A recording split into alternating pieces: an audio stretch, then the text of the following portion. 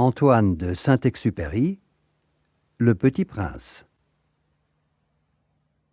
Lorsque j'avais 6 ans, j'ai vu une fois une magnifique image dans un livre sur la forêt vierge qui s'appelait « Histoire vécue ». Ça représentait un serpent boa qui avalait un fauve. On disait dans le livre « Les serpents boa avalent leur proie tout entière sans la mâcher. Ensuite, ils ne peuvent plus bouger et ils dorment pendant les 6 mois de leur digestion. » J'ai alors beaucoup réfléchi sur les aventures de la jungle et à mon tour, j'ai réussi, avec un crayon de couleur, à tracer mon premier dessin, mon dessin numéro 1. J'ai montré mon chef-d'œuvre aux grandes personnes et je leur ai demandé si mon dessin leur faisait peur. Elles m'ont répondu: pourquoi un chapeau ferait-il peur? Mon dessin ne représentait pas un chapeau. Il représentait un serpent boa qui digérait un éléphant. J'ai alors dessiné l'intérieur du serpent boa afin que les grandes personnes puissent comprendre. Elles ont toujours besoin d'explications. Les grandes personnes m'ont conseillé de laisser de côté les dessins de serpents boa ouverts ou fermés et de m'intéresser plutôt à la géographie, à l'histoire, au calcul et à la grammaire. C'est ainsi que j'ai abandonné à l'âge de 6 ans une magnifique carrière de peintre. J'avais été découragé par l'insuccès de mon dessin numéro 1 et de mon dessin numéro 2. Les grandes personnes ne comprennent jamais rien toutes seules et c'est fatigant pour les enfants de toujours et toujours leur donner des explications. J'ai donc dû choisir un autre métier et j'ai appris à piloter des avions. J'ai volé un peu partout dans le monde. Et la géographie, c'est exact, m'a beaucoup servi. Je savais reconnaître du premier coup d'œil la Chine de l'Arizona. C'est très utile si l'on est égaré pendant la nuit. J'ai ainsi eu au cours de ma vie des tas de contacts avec des tas de gens sérieux. J'ai beaucoup vécu chez les grandes personnes. Je les ai vues de très près. Ça n'a pas trop amélioré mon opinion. Quand j'en rencontrais une qui me paraissait un peu lucide, je faisais l'expérience sur elle de mon dessin numéro 1 que j'ai toujours conservé. Je voulais savoir si elle était vraiment compréhensive. Mais toujours elle me répondait: c'est un chapeau. Alors je ne lui parlais ni de serpent boa, ni de forêt vierge, ni d'étoiles. Je me mettais à sa portée, je lui parlais de bridge, de golf, de politique et de cravate. Et la grande personne était bien contente de connaître un homme aussi raisonnable. Notre chaîne vous présente son tutoriel simple et complet pour obtenir gratuitement et en toute légalité le livre audio de votre choix. Le lien se trouve directement dans la description. Suivez bien la vidéo jusqu'au bout pour ne manquer aucune étape essentielle, surtout si vous voulez profiter de l'astuce sans dépenser un centime. Bonjour à tous, découvrons ensemble comment obtenir immédiatement et facilement votre livre audio gratuit. Il vous suffit de cliquer sur le lien situé dans la description de la vidéo, comme ici, et vous serez redirigé sur la page audible.fr afin de choisir votre livre qui vous fait envie. Assurez-vous que l'option gratuit avec offre d'essai est bien cochée, puis cliquez sur le bouton Essayer pour 0 €. Si vous êtes déjà client Amazon, vous pouvez vous connecter directement avec votre compte existant et cliquer sur Continuer. Vous aurez accès à votre livre offert que vous avez choisi pendant une durée de 30 jours. Si vous le désirez, vous pouvez résilier votre abonnement quand vous le souhaitez avant les 30 jours ou continuer pour avoir un livre offert chaque mois. Dans les deux cas, vous gardez l'accès à votre livre. Il vous appartient, alors profitez-en tant que c'est possible. Pour ceux et celles qui n'ont pas de compte, je vous invite à en créer un en cliquant sur « Créer votre compte Amazon ». Vous avez juste à cliquer. Vous aurez à remplir le formulaire d'inscription en saisissant votre nom, votre adresse email ou un numéro de téléphone portable si vous préférez, ainsi qu'un mot de passe. Alors assurez-vous d'utiliser une adresse email valide car vous devrez la confirmer par la suite. Une fois que c'est fait, vous cliquez sur « Vérifier l'adresse email ». Vous saisissez ou copiez-collez le code reçu dans votre messagerie et ensuite vous cliquez sur « Créer votre compte Amazon ». Vous serez alors redirigé sur la page du mode de paiement. Vous ajoutez vos données de paiement, mais rien ne sera prélevé, ne vous inquiétez surtout pas. Amazon Audible vous offre bien 30 jours en accès gratuit et si vous souhaitez continuer après ces 30 jours, vous pouvez choisir d'être prélevé à 9,95 € pour un livre offert chaque mois et tout plein d'autres offres promotionnelles. Mais pour le moment, ce que l'on veut, c'est obtenir notre livre offert. Encore quelques étapes.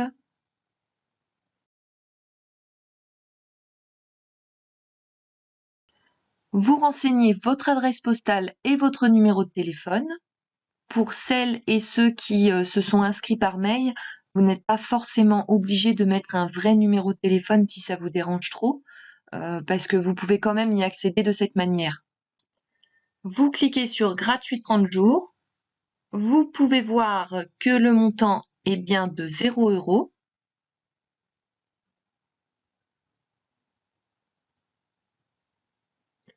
Vous aurez la vérification de paiement bancaire. Et voilà, vous avez votre livre bien à vous. Si vous avez envie, vous pouvez télécharger l'application Audible pour l'écouter via votre téléphone. Et là, vous aurez besoin de transmettre votre numéro de téléphone pour recevoir un lien de téléchargement. Si vous préférez, rendez-vous sur la page audible.fr dans le navigateur. Pour écouter votre livre, vous allez dans votre bibliothèque. Vous pouvez voir la liste de tous les livres que vous avez en votre possession. Celui que j'ai choisi est ici. Le moment tant attendu, vous cliquez sur Écouter.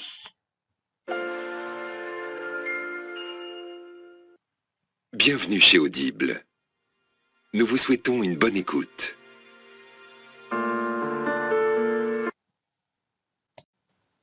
Pour rappel, soit vous faites le choix de poursuivre l'abonnement, donc d'être prélevé de 9,95 € avec un livre offert par mois, et dans ce cas, vous n'avez rien à faire de plus, soit vous souhaitez résilier dès maintenant jusqu'à 30 jours, en conservant bien évidemment votre livre, et dans ce cas, je vous montre la procédure à suivre tout de suite. Vous allez en haut de la page, vous passez votre souris sur Bonjour avec votre prénom à côté, et vous cliquez sur Mon compte. Vous vous retrouvez sur votre offre d'essai. Il suffit de cliquer sur Résilier mon abonnement. Vous descendez la page, vous cliquez sur Continuer la résiliation. Ensuite, vous donnez une raison de votre départ, celle que vous voulez, donc moi je choisis autre raison. Et vous cliquez sur Résilier l'abonnement. On vous propose d'autres offres. Un peu plus bas, vous trouverez Résilier mon abonnement. Nous sommes désolés de vous voir partir, votre abonnement a été annulé. Vous retournez dans Bibliothèque et comme vous pouvez le constater, vous avez toujours accès à votre livre.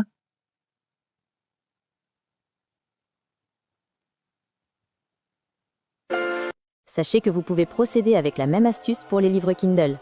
Je vous rappelle que tous les liens sont en description. Si cette astuce vous a été utile, pensez à mettre un pouce bleu et à partager la vidéo autour de vous. Bon livre audio!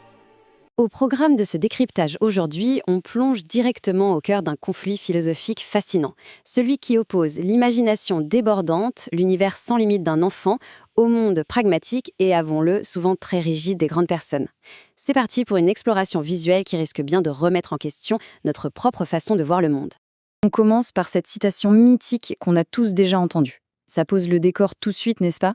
C'est un rappel assez brutal qu'il nous faut absolument désapprendre cette fameuse rigidité que l'on accumule avec les années.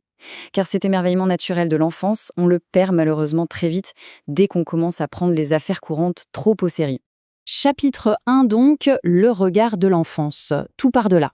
Le narrateur nous raconte ce tout premier dessin qu'il a réalisé à l'âge de 6 ans après avoir été complètement fasciné par un livre sur la forêt vierge. C'était une tentative très pure, très innocente de capturer une véritable émotion.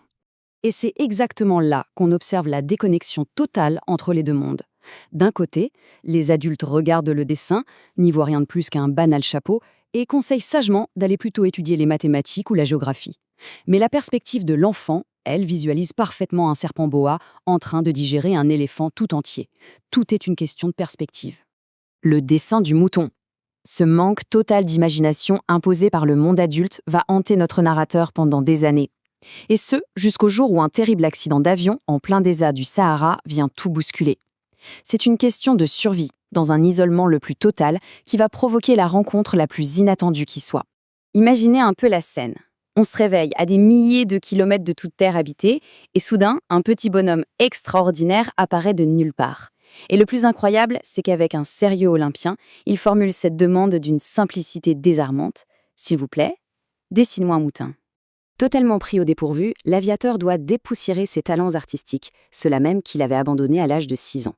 Il se lance, mais sa première tentative est recalée d'office. Le jugement est sans appel. Le mouton a l'air beaucoup trop malade au goût de ce petit juge. On passe au deuxième essai, et là, c'est rejeté tout aussi vite, avec un petit sourire indulgent en prime. La raison, ce n'est tout simplement pas un mouton, c'est un bélier. La preuve, il a des cornes. Le niveau d'exigence de l'enfant pousse l'adulte dans ses derniers retranchements. Troisième tentative, et encore ratée. L'animal est jugé trop vieux cette fois-ci. Ce que notre petit critique d'art désire plus que tout, c'est un compagnon capable de vivre très longtemps sur sa minuscule planète. À ce stade, notre adulte est complètement à court de ressources logiques. Et c'est là qu'est le coup de génie. À bout de patience, l'aviateur griffonne une simple caisse avec 3 petits trous et décrète que le mouton se trouve à l'intérieur. Et bingo, le visage de l'enfant s'illumine instantanément. Il parvient enfin à voir l'invisible. Ça nous prouve que pour vraiment comprendre, il faut faire appel à son imagination, pas seulement à ses yeux. Ce qui nous amène naturellement au chapitre de l'absurdité des chiffres. On le sait bien, les grandes personnes adorent les chiffres. C'est une véritable obsession, et le texte en fait une critique assez mordante de nos propres priorités. Cette tendance fâcheuse que l'on a tous à s'appuyer systématiquement sur des données quantifiables plutôt que de chercher l'essence véritable des choses. L'exemple donné ici est tellement parlant. Parler au monde adulte d'une magnifique maison en briques roses avec des géraniums aux fenêtres et des colombes sur le toit, ils n'arrivent tout simplement pas à se l'imaginer. Mais annoncez-leur que c'est une maison à 100 000 francs et soudain, c'est l'extase totale.